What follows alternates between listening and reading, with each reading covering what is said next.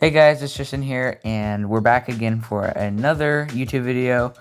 I want to let you guys know that these next couple videos most likely are going to be a little bit different than what you're used to, mostly because I just wanted to change it up and give people what they want. Today's video is going to be on how I edit my photos. A lot of people ask me this question. I'm not the greatest, but I've learned from a lot of different people such as Cody Groom, Ron Gold, people like that. And so yeah, so we're gonna use this photo of my scooter here at Madison Ditch here in Marietta, California. If you're wondering what app I'm using Adobe Photoshop Lightroom mobile on my Samsung Galaxy Note 10. You can also get this on the computer, but you will have to pay money for it. Also, a lot of people ask me what presets I use. I use the driving Cody presets from Cody Groom. I also use this Moody Vibes preset pack as well. The ones in the original, well, it's called the Essential pack, and ones in that one. It comes with 16 presets, and it comes with Alive, Beach Vibes, which is kind of like a pink and teal kind of feel to it. Clean and Simple, which is kind of like very subtle. Golden Ego, which kind of boosts the blue and the yellows. Don't mind my brother in the background, he's doing his thing. Golden Ego Darker, so it's basically Golden Ego, it's just a little bit darker. Green Life is one of my favorites. Obviously it doesn't look great right now, but obviously if you edit it, it'll look way better. Grit and Grunge is another one of my favorites. Hard Summer, I used to like it a lot. I don't use it very much anymore. It's a Nice Day V1, and then there's It's a Nice Day V2. The V2 is just a little bit darker. It's definitely one of my favorites. Organic is very subtle, just a very subtle edit. Purple Film I use sometimes. I'd recommend turning down the grain on it if you do have it. Red Dream is another one of my favorites. Beautiful Disgrace I don't use very often. Vivid Imagine for bright images, and then there's Vivid Imagine for darker images. I really don't use the Vivid Imagines very much, mostly because I can't find myself using them very often. And then in the Moody Vibes pack, there's Aspen, which is like a black and white kind of thing. Blizzard, which is almost a black and white. Delinquent's pretty cool. Deter, which is kind of like a teal and orange kind of thing. Drifter, Experimental. Facade, which looks pretty cool. Havasu is also cool. Ridden, my personal favorite. Talco. There's also Unite, and another one of my favorites, Una. Alright, so you're gonna find the one that you like the best. By the way, if you don't have these and you have other filters, you can use the same kind of technique that I'll be using. But personally, these work best for me, and these were like, probably for both of them, it'd probably be around 20 bucks. They're really worth it, and I'd recommend just getting both of them. You get like, hold on, let's see, you get 28 presets altogether.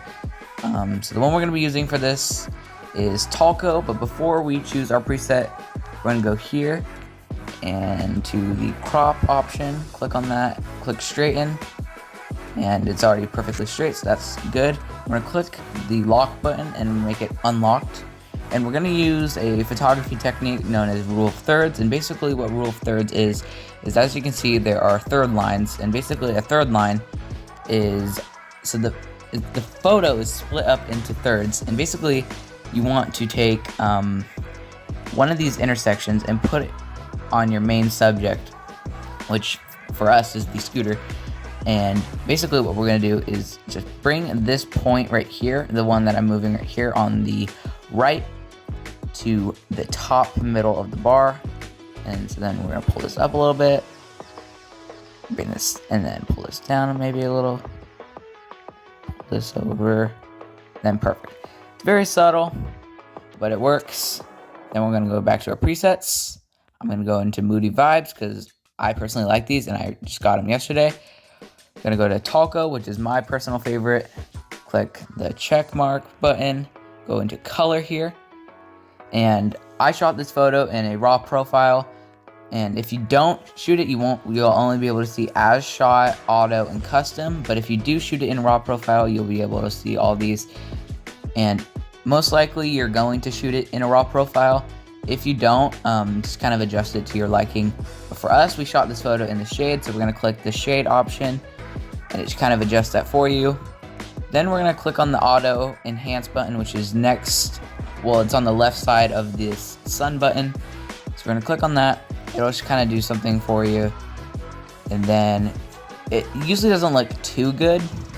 And if you don't like it, you can just click this button. And yeah, personally, I didn't really like it. So what we're going to do here is so there's a lot of different options. And I'm basically going to show you what those do. Exposure, adjust the overall brightness. So the higher you go, the brighter your image is going to get. And then the lower you go, the darker your whole image is going to get. And then contrast basically brightens the whites and darkens the blacks. The lower you go, it's going to make it more gray, and the higher you go, it's going to make it more punchy. Highlights, adjust the almost brightest part of the image. So those are basically like the I don't really know what color that'd be. Like, they wouldn't be gray, but they're almost white. So yeah. Then shadows are obviously the shadows, the almost dark parts, like this part and stuff like that. And then there's whites, which are the absolute brightest part of the image. And there's blacks, which are the absolute darkest part. So basically, for this image, I definitely want to see like what's over here. So what we're gonna do is grab the shadows, and I personally like pulling it all the way up. And then, as you can see, it's very bright over here. So what we're gonna do is grab the highlights and drop them all the way down. You can grab the whites too if you want. And then with the blacks, maybe darken them a little bit if you want. Personally, I don't know why, but I like really flat kind of looks that are a little bit darker. So maybe, let's decrease this a little bit. And then contrast. Maybe a little bit. Then let's grab the blacks a little bit, pull those up. And then I'm gonna grab the contrast a little bit, and then pull this maybe to like 20. And yeah, there's a quick little edit. If you want, you can go here, adjust clarity. It just makes it look pretty cool. I might add a little bit of clarity. Let's go to maybe like 30. And then grab this and maybe put it like right there, just because it does make it a little bit darker. Texture makes everything a little bit more sharp. I'd recommend using this as opposed to sharpness because I think it looks way better. I'm gonna pull this up to maybe like, I don't know, like 60, 65 looks good. Dehaze makes it brighter or darker, depending on that. Vignette basically puts like a fisheye kind of effect on it. I don't really use vignette very much. Grain obviously is gonna make it more grainy. It's kind of like an old school kind of effect. If you like it, you like it. And then sharpness, it's gonna make things sharper. Noise reduction, basically, if your original photo is kind of gritty, you can just kind of adjust that. But I don't really mess with that. And there's this one, which is remove chromatic abrasion. I just click it. It might be helpful if you can't see the chromatic abrasion. Hold on a second. I'm gonna decrease the texture a little bit. Let's go maybe to like, I don't know, maybe like 37, I guess.